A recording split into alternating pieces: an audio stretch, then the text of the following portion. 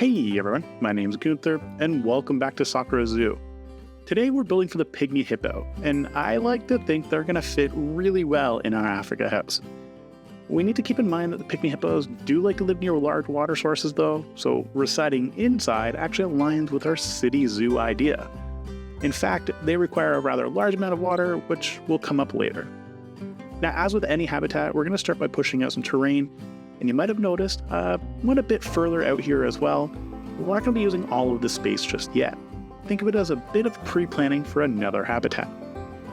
Now, to hide all of the rough terraforming edges, we're going to fall back on our concrete panels, the true workhorse of any Planet Zoo build, it seems. Now, I end up wrapping this around the entire habitat, and I go a bit further than I initially wanted, but I ran into this really small natural funnel, which will act as the perfect area for us to place sub-staff buildings. Nothing too big, but it's a great way to close off the habitat in a more natural way. With that out of the way, it's time to add in some water. In Planet Zoo, like I mentioned, the Pygmy Hippo requires more water than land. So that actually means I have to shift how I normally build, which also makes for a bit of a quicker video. Seeing as this is a fully interior build, everything will be purpose-built as well. And in the case of this pool of water, it's not out of the question to see this drained and refilled on a regular basis, helping to clean out that base and avoiding any standing water.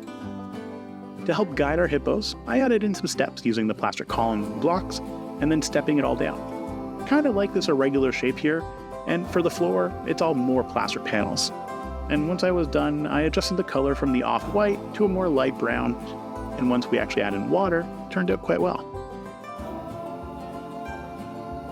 With all of that out of the way, I did notice that it was looking a bit bland. But I have to keep in mind my original idea is to have this area drained regularly, and that means I can't really add any foliage in a traditional way. Instead, I opted for some more raised areas that can house some foliage, giving it a bit more of a unique look and helping to break up that concrete wall. Lastly, I've been falling in love with the scavola plants, and I think I said that right, because it's easy to place them on walls and in upright positions, helping to add in some greenery in unique ways. For here though, I'm using it like they're meant to be used, on the ground. I also opted to add in a moss log into the water. I think it's okay to have one item that might stick out just a little bit, helping to bridge the gap between the planters and adding a bit more flair to the water area. Now, I realize the area is still a bit bland color-wise, so instead of using roots to cover the backdrop on the right-hand side, I went with some bamboo walls instead. I just feel that it brings a certain bit of a brighter color, which helps to bring it all together. With the water side of things mostly complete, I turn to our land area. Now, due to the size and the lowered area, I actually try to fit in a few trees here. Sadly, when I put the roof back in place, it turned out they were a bit on the higher side, so I eventually ended up swapping them out. Goodbye, amazing palm trees. Now, to help hide the walls, I built a panel of African wood pieces, placed on random rotation, and lined the habitat. This helped to hide the concrete, which in turn helped to mask the man-made aspect of the entire habitat and blended it all into the foliage quite well. It was also at this stage I remembered I had to fit quite a few enrichment items in this small area, so I placed most of these next. I tried to place everything in a circular manner that create a path for our hippos to follow, ideally providing them a bit of an area for them to explore and move around in. It is a rather small habitat area, and we're going to talk a little bit about that shortly. You might also see I finally placed a giant rhubarb plant, which is actually another first for me. It's also one of my favorite vegetables to have in pie. With most of the foliage finished, I ended up going through and adding in some logs to help break everything up. Does it make sense? No, not really. But I do like the look of them, and thankfully this time, I don't need to worry about any hippos trying to jump out. I still remember the warthog and their last escape attempt. While we continue to piece the habitat together, I thought I would take a chance to chat about Planet Zoo and the channel in general. I realize that content has been a bit slow lately, and I apologize for that. Selfishly, I have other games that I like to play, games that I know might not be that much of a fit for the channel, so I took the past little while to enjoy them. This also helped me to take a break from Planet Zoo, helping to recharge my batteries and come back with a newfound love for the game. I'll be honest though, content might be a bit slow for the next little while as I continue to enjoy these new games, playing with friends, and just generally enjoying games for what they are, a way to have fun and make new friends. But know that Planet Zoo is still a passion for me.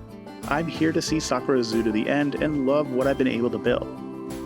Now, if you have some games you would like to see on the channel, let me know as well. I've always been a big gamer and I have quite the backlog to work my way through, but let's be honest, I'm always ready to add a new game to the pile. That's really it. I just wanted to let everyone know I'm here to stay and expect more Planet Zoo soon. Also, the build have been a lot faster because of the nature of the African house. Small habitats in an already made, or mostly made anyway, building have made for some quicker videos. Now getting back to our Pygmy Hippo habitat, our backstage area, a rather small area, is in place. The roof though, it's a bit on the rough side. Initially, I figured we wouldn't have to look at it, so I went with this mess of flat panels. But if you play Planet Zoo, you know that it's gonna bug you if you cut a corner. So I went back and I placed an actual roof down. And I'm actually quite happy that I did this. It looks so much better. You also saw me hide a lot of the plaster with some bamboo panels and art pieces, really just trying to give the area that more of an African feel, if that makes sense. And for now, let's ignore some of this area. It's all going to be cleaned up in the next habitat video. With our staff area set up, our habitat is mostly complete, but you might have noticed that we have a bit of an issue with guest safety. Instead of showing you another guest barrier, which I borrowed from a red panda habitat, I put together a bit of a stop motion build. I hope you enjoy it as much as I did making it. Now from a floor perspective, I like to cover it in this nice orange panels, and then of course we had to add in quite a bit of foliage to mask all these walls. And altogether, this area has really come together and I can't wait to show it off. With that complete and a night to sleep on the build, I realized I forgot the habitat floor. In most indoor habitats, the ground is mostly concrete with bedding material and whatnot covering it, which doesn't look as good in Planet Zoo. So to help blend it all in, I went back through and added some leaf litter and faux rock piles. Probably the #1 piece that everyone loves to use. Next to buffalo grass, that is. You also might have noticed our Pygmy Hippo, and they're alone. Mostly because I didn't make this habitat big enough, which is starting to be a concerning trend for me. While I initially wanted to have a pair of hippos, that's no longer a possibility.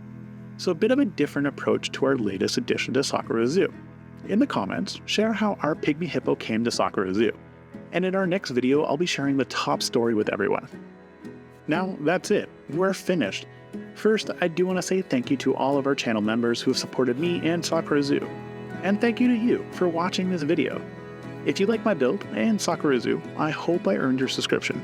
Otherwise, let's check in on our Pygmy Hippo, and as always, ciao for now everybody.